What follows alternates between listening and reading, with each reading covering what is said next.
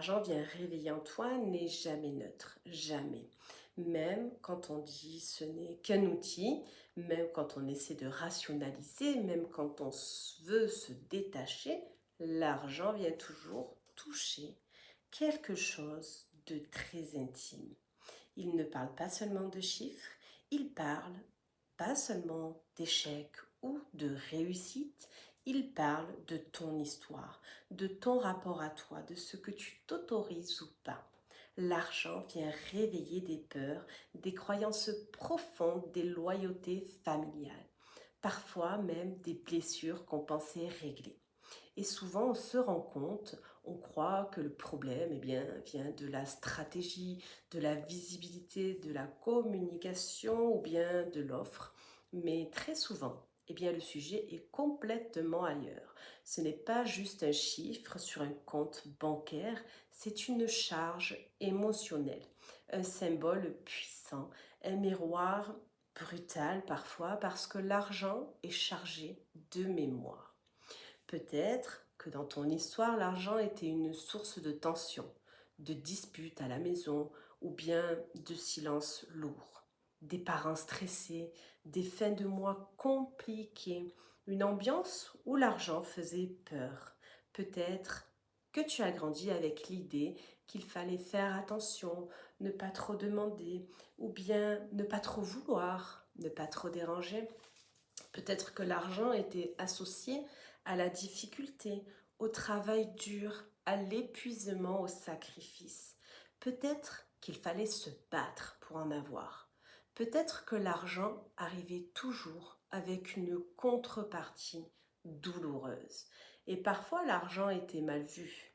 On disait que les riches étaient égoïstes, que gagner beaucoup, c'était suspect, que vouloir plus, c'était mal, que l'argent change les gens. Alors sans t'en rendre compte, tu as intégré une règle intérieure. Si tu gagnes plus, tu risques de perdre quelque chose. Peut-être l'amour, perdre l'appartenance ou perdre la reconnaissance. Ou bien perdre l'image de la soi-disant bonne personne. Et aujourd'hui, quand ton business te demande d'en gagner plus, quelque chose résiste. Pas parce que tu n'es pas capable, pas parce que tu manques de compétences, mais parce que tout simplement, gagner plus, recevoir plus, t'exposer plus vient toucher ces anciennes mémoires dans ton corps et ça se crispe. Donc ton énergie se ferme, tu procrastines, tu doutes, tu repousses, tu changes de stratégie, tu ajustes sans cesse et tu te formes encore et encore. Tu attends le bon moment, mais au fond, ce n'est pas une question de méthode. Ton chiffre d'affaires ne parle pas de ta valeur, jamais. Il ne parle pas de qui tu es, ni de ton intelligence ou de ta sensibilité ou encore de ton cœur. Il parle de ton rapport à recevoir. Recevoir de l'argent, recevoir de la reconnaissance, de l'abondance sans te justifier. Et recevoir, pour beaucoup, c'est extrêmement inconfortable parce que recevoir, ça demande de se laisser voir, de se laisser soutenir, de ne pas être uniquement celle qui donne. Si recevoir te met mal à l'aise, le business ralentit. Si recevoir te fait culpabiliser, tu te limites inconsciemment. Si recevoir te donne l'impression que tu prends trop de place, alors tu t'auto-sabotes, même sans t'en rendre compte. Donc tu peux avoir une offre incroyable, un vrai talent, une posture hyper juste. Mais si à l'intérieur recevoir n'est pas une sécurité, l'argent ne circule pas. Et l'argent vient. Alors, pose-toi des questions très simples, mais très inconfortables. Est-ce que tu te respectes vraiment ou est-ce que tu fais toujours passer les autres avant toi?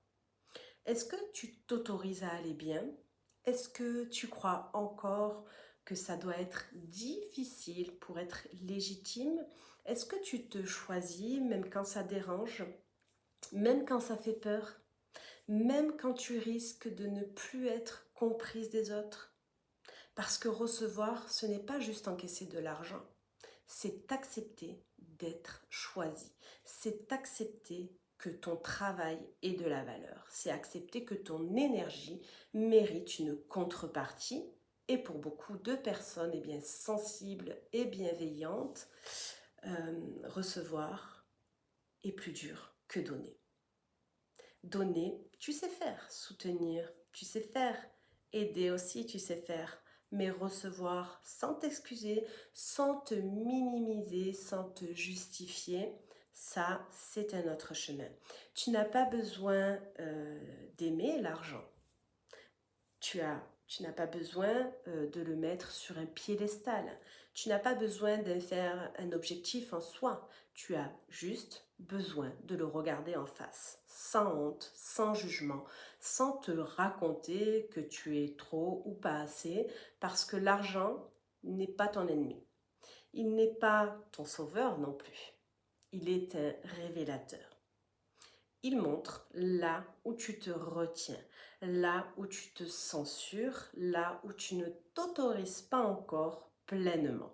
Et souvent, ce n'est pas l'argent qui bloque, c'est l'autorisation intérieure, l'autorisation de recevoir sans culpabilité, l'autorisation de réussir sans te justifier, l'autorisation d'avoir plus sans perdre ton humanité. Et ce n'est pas un travail de surface, c'est un travail profond, intérieur, doux et courageux à la fois. Un travail de réconciliation avec ton histoire et tes loyautés, avec tes peurs, parce que quand tu donnes cette autorisation-là, l'argent n'est plus une lutte, il devient une conséquence. Et à ce moment-là, tu n'as plus besoin de forcer. Tu n'as plus besoin de te trahir. Tu avances depuis un endroit plus juste.